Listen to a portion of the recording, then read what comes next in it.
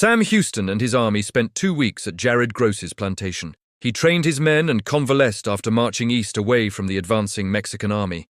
While there, he received 2 cannon, nicknamed Twin Sisters, which would play a role in the upcoming Battle of San Jacinto.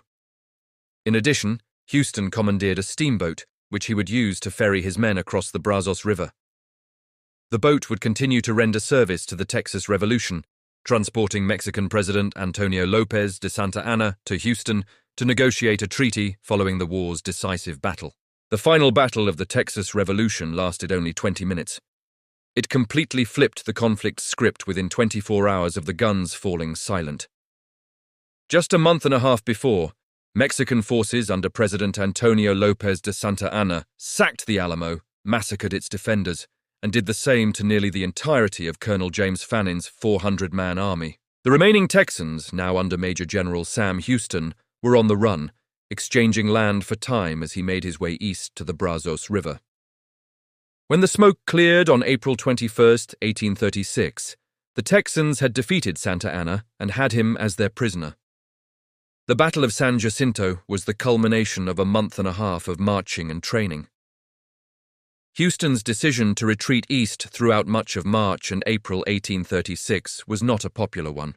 Everyone believed the only way to win the war was to defeat the Mexican army in battle, but Houston refused to do anything but retreat and train his men. His superiors urged him to attack. Interim Texas President David Burnett wrote him, saying, "Sir, the enemy are laughing you to scorn. You must fight them. You must retreat no further. The country expects you to fight. The salvation of the country depends on your doing so." Commanders with just one opportunity to succeed wait for the opportune moment to attack. The Mexican army was larger, better equipped, better trained, and led by an experienced commander. Santa Anna, however, grew tired of waiting for Houston to make a move, so he split his army in half. He took 900 of his best soldiers and set off in pursuit of Houston's retreating army. Houston was aware that the Mexican leaders was on his trail but continued to march east. On April 18th, Houston received intelligence reports stating that Santa Anna was only 50 miles away, which surprised him. But the most crucial piece of information was that Santa Anna only had 900 men under his direct command, which by then was how many were under Houston. For the Texans, it was now or never. He bridged the gap between him and the Mexican army in just 2 days. On April 20th, 1836, Houston and his army reached the San Jacinto River, where they made camp. Skirmishes erupted overnight between the two armies, indicating that a battle was imminent. During the night and early morning, the Mexican army built breastworks and prepared for battle. In addition, Martin Perfecto de Cos arrived, increasing the Mexican numbers to nearly 1,500. The parity in strength was gone, but the Mexicans were tired from marching and preparing during the night. Houston waited to attack. Around 3:30 p.m., while the Mexican army was resting, he marched towards them. Once in range, he ordered a volley, but his men, fueled by anger, immediately charged the Mexican lines, catching them by surprise.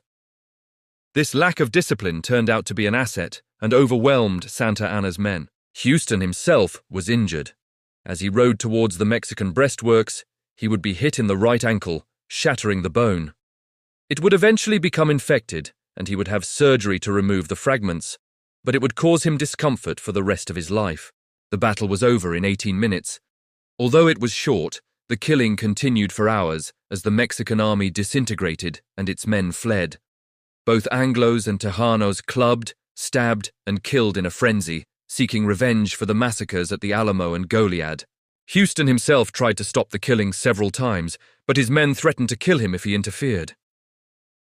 Many of his men personally knew victims of San Antonio and Goliad, so the bloodshed continued until nightfall. When it was over, 630 Mexican soldiers were dead and a further 700 were prisoners. But what about Santa Anna? Where was he following the battle? He had fled, disguised himself as a private, and tried to blend in with the others. A day after the battle, a Texas patrol found him while searching for stragglers and fleeing soldiers. His captors did not initially recognize him, but when they returned to camp, the Mexican soldiers began saluting him and calling him El Presidente, revealing his identity. Many Texans wanted to kill him outright, but doing so would have deprived them of a significant bargaining chip.